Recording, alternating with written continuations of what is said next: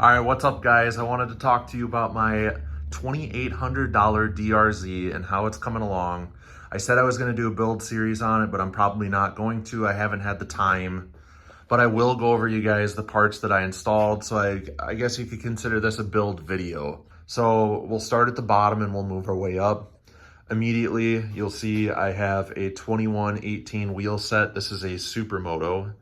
It came with Supermoto wheels. I sold the wheels for $700. So I got the KKE 2118 black wheel set. Black on black just looks insanely good on the DRZs.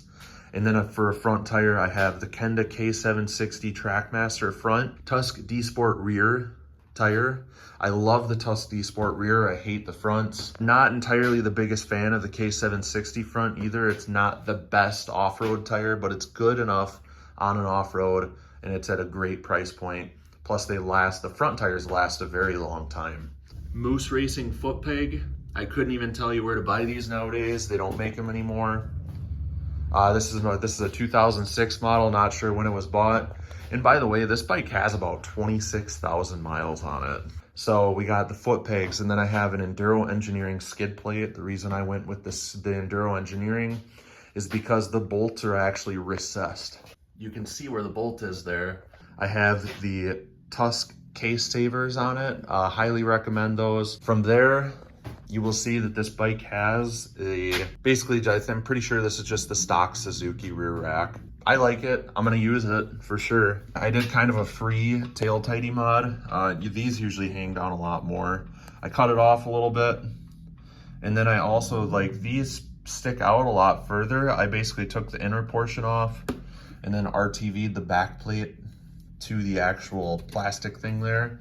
But I left the turn signals. I like having actual readable turn signals. I don't like drivers behind me guessing where I'm gonna go.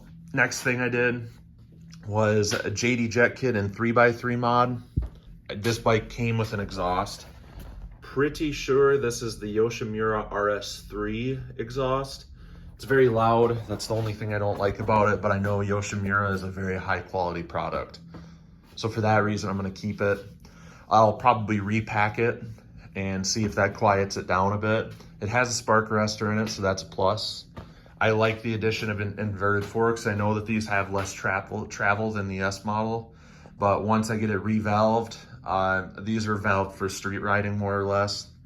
Once I get these forks revalved, they're gonna be great. I'm not gonna have an issue with them. Plus I just think inverted forks look cooler. Moving on up to the top here, the bike came with a Trail Tech Vapor.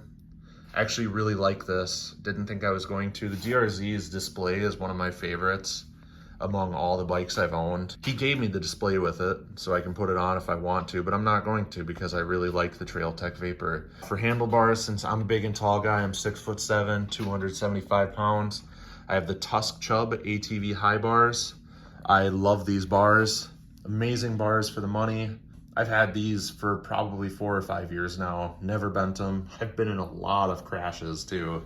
We got that. We got ODI Lock on Rogue V2 grips. Chose gray because it's the only color they had on hand. Double take Enduro mirror. I had that on hand as well. RSC Clutch Lever. I had that on hand as well. Tusk D-Flex Pro handguards in green because it's the only color that they had. But I've had the D-Flex Pros in the past. They're really nice handguards, really high quality for the money. I would just wish I had them in black. Giant Loop Zig Zag bag, I had this on hand as well. And that's about it, really, other than me refreshing a bunch of parts on this thing. I basically went through the bike and changed everything that it needed. I've also forgot, when I put the new wheel set on, I changed gearing too. I bought new chain and sprockets. I went with 1446, almost what the DRZ400 gearing is. I also got a new O-ring chain as well. Primary Drive is the brand on all of that. So got that done. That basically covers everything as far as mods are concerned. Maintenance items, I went through, I changed the air filter.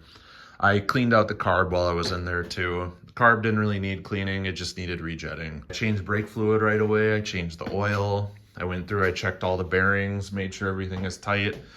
You can really tell this bike has been ridden primarily on the street. First off, it wasn't dirty. Like, there were no spots where there was just mud and grime and dirt caked on everywhere. So it's kind of a huge plus, right?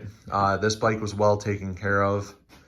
Clearly the previous owner that had it before the guy that I bought it from, basically said, like, that he neglected it the past 2 years in the form of just not riding it.